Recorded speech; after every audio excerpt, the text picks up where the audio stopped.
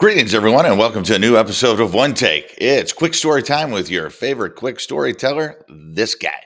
So, several years ago, I sold cars for a local Audi dealership in St. Louis for about 58.5 days. Yes, that was a quick tenure. It wasn't for me, it's for a lot of people, but not this guy. Anyway, moving on.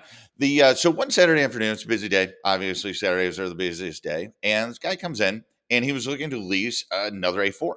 This would have made his third or fourth one, I believe, at the time that he was leasing an Audi and from this particular dealership. And after we picked everything out, it was super quick.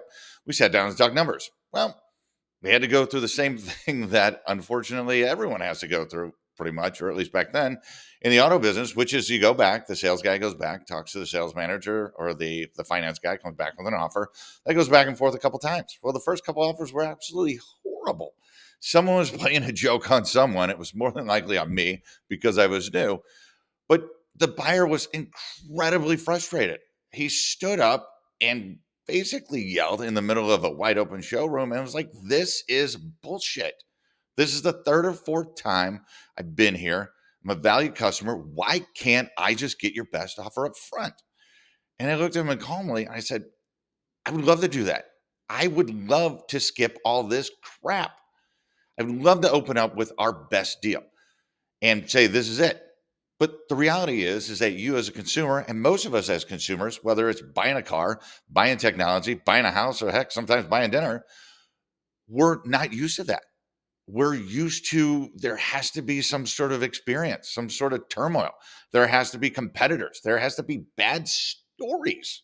We get that comfort of experience. And most of the time, it's a negative experience in order to feel like we've been driven to the right place. No pun intended. And the reality is we don't need to do that. There is a better way. And getting back to the mortgage industry and technology for that, so many times we're afraid of companies that don't have true competitors, that maybe they don't have 10 years worth of horror stories sprinkled in with some really good stories here and there that we can leverage on. As if we know that at the end of the day, we know worst case scenario, if things go bad, this is as bad as it's going to get. And for some reason, that's a comfort to us. When in reality, there are a lot of companies out there. There's a lot of tech out there. There's a lot of people that are honest from the get go.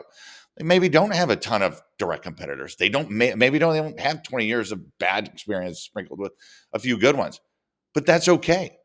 If it's the right fit for you, if it's the right solution for you, it helps you in your future, matches your visions match, then go with it. At least talk to them.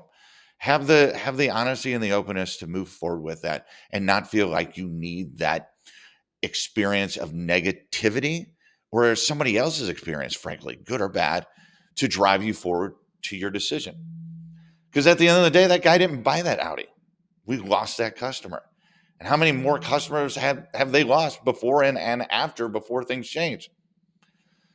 That happens in our industry. We lose a lot of opportunity to improve our companies, ourselves, our industry, because we think we need to have this negative experience or we need to have this experience to surround us to make us feel better when all we really need to do are make the right decisions for us. That's one take. Make it a great day. Thank you.